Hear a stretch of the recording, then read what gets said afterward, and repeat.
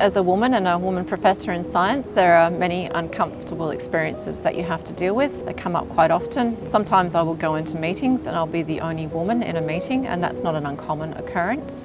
Things like trying to manage having a family and run a research team and work with early career research academics and teach them, there are always challenges that come up. But I try to stay true to my values and true to my beliefs and true to my passion and interest in disability, and that keeps me centred. Before I started occupational therapy, I had dropped out of several degrees, and I did first semester of probably 3 or 4 different degrees. I was really quite frustrated myself in my early career that I couldn't seem to find what it was I wanted to do. I'm really glad though that I persevered and I found something that really inspired me and that I loved, and then I ended up finding occupational therapy.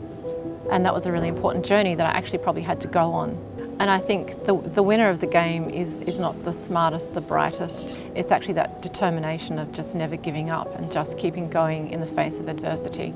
I think people with disabilities, some of them have to do that every day. Just getting dressed is a challenge, getting in the car, getting out in the community. They have to have amazing determination to live their daily lives. It's always been a great inspiration in my career to work with people with disabilities and watching their determination. So I've been inspired very much in my career by my wonderful colleague Sven Bolte. He's a professor at Karolinska Institute in Stockholm, Sweden. And Sven is very motivated by making a difference in the community and translating his interventions into practice. And I think that has been what's really inspired me. Sven has also been amazing in paying it forward. He's so generous in sharing his research and his knowledge with us, and that makes a real difference to what we are able to achieve down here in our research. I get to come to a wonderful university. Curtin is a great university to work at. We have amazing access to amazing resources. We have a lot of equipment and labs and technology which I really enjoy working with and using in our research. We have the best driving simulator in the Southern Hemisphere, and we're currently using that in a project to actually look at how intersections work.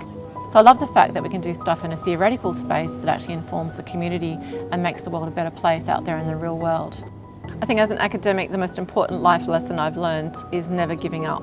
So something else I do is running, and I have a series of Nike t-shirts that say never give up. And outside of work, they are actually my favourite thing to wear because they remind me that there'll always be challenges and there'll always be things that come your way that seem insurmountable. But if you just keep going and you just keep unpacking and never give up, it's amazing what a difference you can make.